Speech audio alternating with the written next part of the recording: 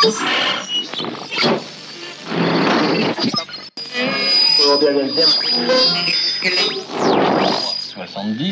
deuxième était le... L'intérêt pour le numérique en communication politique apparaît d'autant plus fort un peu moins de 2 ans après le début de la crise sanitaire déclenchée par le Covid. Par Marie Néouzé, Université fédérale Toulouse-Midi-Pyrénées et Tristan Haute, Université de Lille. Fabien Roussel et la défense de la gastronomie française, Éric Zemmour et l'école inclusive, etc. Autant de polémiques qui sont soit nées en ligne, sur Twitter notamment, soit ont reçu un écho retentissant sur la toile. En effet, le numérique et en particulier les réseaux sociaux jouent désormais un rôle majeur dans la médiatisation des campagnes électorales en France. Tant les candidats que les citoyens s'en saisissent, tantôt pour faire écho aux débats initiés dans les médias plus traditionnels, radio, presse écrite, télévision, etc., tantôt pour contourner ces mêmes médias traditionnels. Les candidats en profitent ainsi pour s'adresser directement à leurs potentiels électeurs alors que ces derniers peuvent soutenir, mieux connaître, voire dialoguer avec les premiers. L'intérêt pour le numérique en communication politique apparaît d'autant plus fort un peu moins de 2 ans après le début de la crise sanitaire déclenchée par le Covid. En effet, comment mener campagne en temps de distanciation sociale, alors qu'il est conseillé d'éviter de se serrer la main ou même de se regrouper en trop grand nombre? Mais même avant la crise, il suffit de regarder de l'autre côté de l'Atlantique et de penser au précédent président des États-Unis ou même tout simplement de se remémorer l'interview donnée par le président de la République en exercice, Emmanuel Macron, aux youtubeurs MC Fly et Carlito pour prendre conscience de l'importance que revêt désormais le numérique en politique, entraînant avec lui de multiples questions. Les réseaux sociaux permettent-ils à un plus grand nombre de citoyens de s'exprimer? Leur permet-il d'entrer plus facilement en contact avec les candidats? Du côté des candidats, être présent en ligne offre-t-il la possibilité de défendre différemment ses idées, en se passant des journalistes? Est-ce un avantage pour les petits candidats, l'accès à la médiatisation ne nécessitant plus obligatoirement de passer par les journalistes? Plus encore, Internet favorise-t-il la démocratisation du débat public? Autant de questions qui restent, aujourd'hui encore, relativement débattues par la littérature scientifique. C'est pourquoi, à l'occasion de l'élection présidentielle qui se déroulera en avril prochain, nous proposons ici de revenir sur 2 idées fausses largement reprises dans l'espace public à propos des médias sociaux en politique. Pour ce faire, nous avons observé, entre la semaine du 4 au 10 octobre 2021, semaine 1, et la semaine du 27 décembre au 2 janvier 2022, semaine 14, les comptes sur les médias sociaux, Facebook, Twitter, Instagram, YouTube, des principaux candidats à l'élection présidentielle de 2022. Issu tant de la littérature scientifique sur l'Internet politique à ses débuts que des espoirs cyberoptimistes qui voyaient dans Internet une solution technique à un bon nombre de problèmes démocratiques, l'idée que les médias sociaux rééquilibrent les écarts entre petits et gros candidats est un préjugé qui a la vie dure.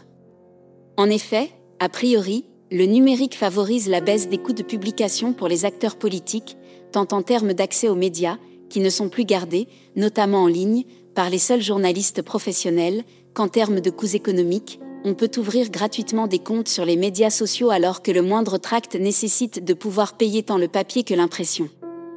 De même en termes de temps, il est bien plus simple de publier un post qui sera directement diffusé en ligne et sera susceptible de rencontrer instantanément un large public que de distribuer des tracts en grand nombre. Ainsi, les petits candidats pourraient en profiter pour accéder plus facilement à la notoriété, se retrouvant moins dépendants des médias et des problèmes de financement durant les campagnes. Or, nos données démontrent, à la suite de nombreux travaux, que l'espace politique en ligne, loin de favoriser les petits candidats, semble reproduire les hiérarchies politiques préexistantes. On constate en effet que si Emmanuel Macron, actuel président de la République, du fait de cette fonction, très exposé en ligne, compte 7,5 millions d'abonnés sur Twitter, 4,2 millions sur Facebook, 230 000 sur YouTube ou encore 2,7 millions sur Instagram, les autres candidats sont loin derrière.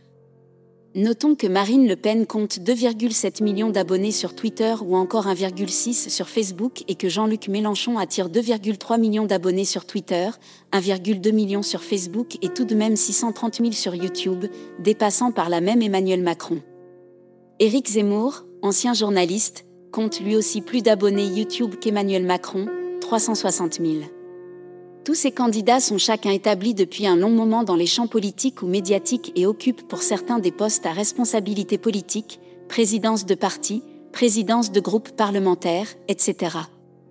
Ils sont certes relativement bien positionnés en ligne, mais arrivent donc globalement derrière Emmanuel Macron. À l'inverse, ils distancent l'ensemble des autres candidats dont les nombres d'abonnés paraissent très faibles, notamment si on les compare au nombre d'individus inscrits sur les listes électorales, et donc susceptibles de voter à la présidentielle, 47,9 millions en 2021, ou même au nombre d'inscrits sur ces différentes plateformes, que ce soit Facebook, Twitter, Instagram ou YouTube. Or, ces résultats ne sont pas dus à une plus faible activité en ligne de leur part. En effet, Yannick Jadot publie par exemple 13 posts sur Facebook et Anne Hidalgo 45 tweets en une semaine quand Emmanuel Macron n'en publie respectivement que 5 et 10 sur la même période. Ainsi, l'espace politique en ligne, contrairement à ce que l'on pourrait penser, reste extrêmement hiérarchisé. En effet, ce n'est pas parce que les acteurs politiques peuvent désormais diffuser leurs propres messages en ligne qu'ils rencontrent tous un large public. Différents éléments sociopolitiques déterminent en effet l'audience des candidats en ligne, notoriété initiale, travail sur le long terme des équipes de communication des candidats, nombre de militants et plus ou moins forte prédisposition de ceux-ci à utiliser les outils numériques, recours à des entreprises de consulting, etc. Un autre avantage des réseaux sociaux serait de permettre aux citoyens d'interagir plus directement et plus informellement avec les acteurs politiques, via les commentaires notamment, favorisant ainsi le fonctionnement démocratique. Or, nos données semblent attester du contraire. En effet, les commentaires suite à des messages de candidats restent relativement peu nombreux tant sur Twitter que sur Facebook. Ainsi, si Jean-Luc Mélenchon récolte respectivement 23 491 et 126 465 commentaires, ce qui en fait le candidat le plus commenté, cela reste peu par rapport au nombre d'inscrits sur les listes électorales ou même au nombre de personnes inscrites sur ces réseaux sociaux en France, 40 millions d'utilisateurs mensuels de Facebook, 8 sur Twitter, 22 sur Instagram, 50 sur YouTube. Surtout, certains candidats ne récoltent que quelques centaines de commentaires, ou même moins. Même si l'on regarde le nombre de likes, pratique beaucoup moins coûteuse pour les internautes que le commentaire, les réactions aux posts restent relativement rares, a fortiori lorsqu'on les compare au nombre d'abonnés aux différents candidats.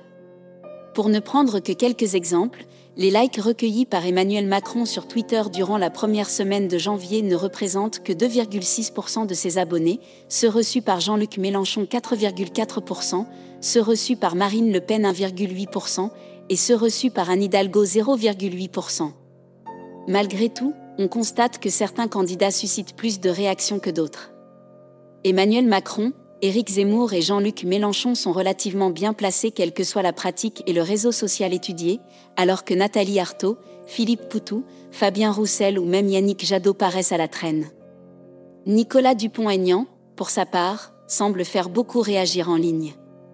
La campagne électorale, qui a gagné en intensité depuis octobre 2021, ne semble pas avoir entraîné un accroissement uniforme de la participation des internautes.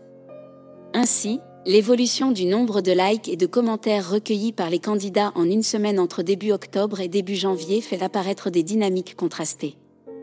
Alors que Valérie Pécresse semble avoir bénéficié de la dynamique de sa victoire à la primaire de la droite puis de son entrée en campagne en affichant des pourcentages de progression en termes de likes et de commentaires tant sur Facebook que sur Twitter à 3 chiffres ou plus, d'autres candidats paraissent à la peine. C'est notamment le cas d'Anne Hidalgo, de Philippe Poutou ou de Nathalie Arthaud qui, sur au moins un réseau social, recueillent moins de réactions en janvier qu'en octobre, alors même que la campagne a gagné en intensité. Cette faiblesse semble particulièrement dérangeante pour Anne Hidalgo, dans la mesure où elle pourrait être une illustration de ses difficultés plus globales dans le cadre de la campagne. Les chiffres sont plus contrastés pour Philippe Poutou et Nathalie Arthaud, candidats par ailleurs traditionnellement peu visibles en ligne. La relative faiblesse de la participation des internautes sur les comptes de candidats nous rappelle un constat parfois ignoré. Les réseaux sociaux ne sont que des outils techniques. D'une part, tous les individus ne sont pas également prédisposés à s'en saisir et d'autre part, tous ceux présents sur ces réseaux n'y développent pas une activité politique. En ce sens, ils ne permettent pas de résoudre des problèmes plus structurels à commencer par les transformations contemporaines des rapports à la pratique électorale, aujourd'hui de plus en plus intermittentes et de moins en moins ritualisées.